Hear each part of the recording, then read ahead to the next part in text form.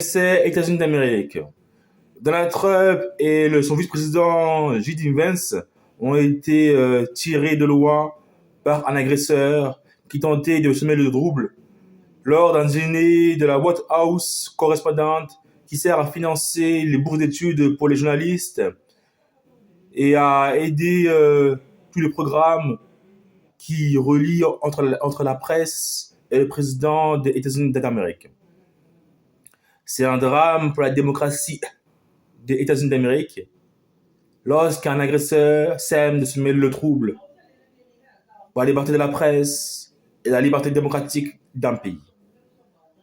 Je soutiens de tout mon cœur le président Donald Trump qui a mis la paix dans le monde, qui a défendu les droits de l'homme, qui a défendu la liberté de la presse, qui a défendu l'honneur des États-Unis d'Amérique.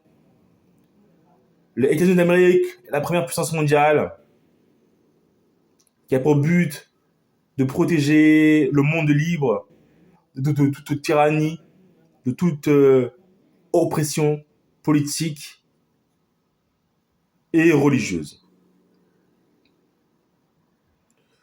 Son vice-président, J.D. Vance et Donald Trump sont en sécurité. Ils n'ont pas été touchés, aucune balle a touché leur corps.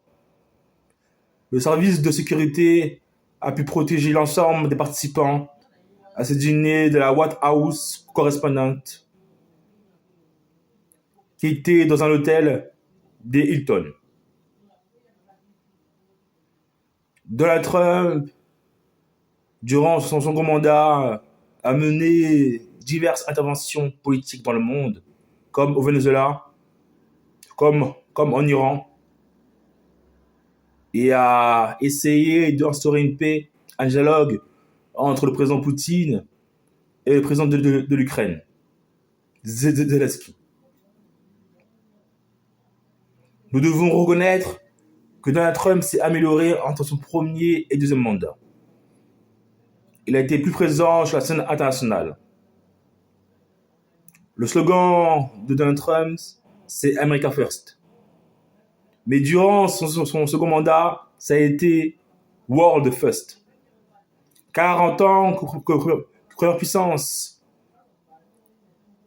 il a le droit moral d'essayer de régler les problèmes du monde. De la même manière, il a essayé de comprendre la géopolitique de l'Afrique. Pour essayer de comprendre les grands flux d'immigration qui vont de l'Afrique vers l'Europe et les États-Unis d'Amérique.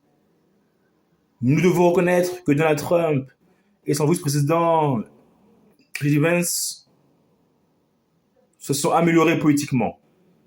On essayé de comprendre les problèmes du monde.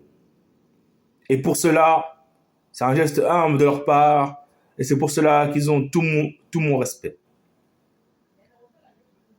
Que les États-Unis d'Amérique restent une grande puissance qui influence le monde par son soft power, que les États-Unis d'Amérique essayent de maintenir l'Iran dans un nucléaire civil pour éviter que l'Iran ait la bombe nucléaire. Car nous savons très bien que si l'Iran a la bombe nucléaire, cela va mettre le monde dans des frictions de plus en plus importantes.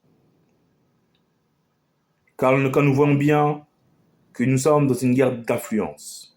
Que ce soit au niveau russe, avec l'Ukraine, que ce soit avec le Venezuela de Maduro, en Amérique latine, et les guerres au Soudan, comme à l'est du Congo, avec la guerre de minerais.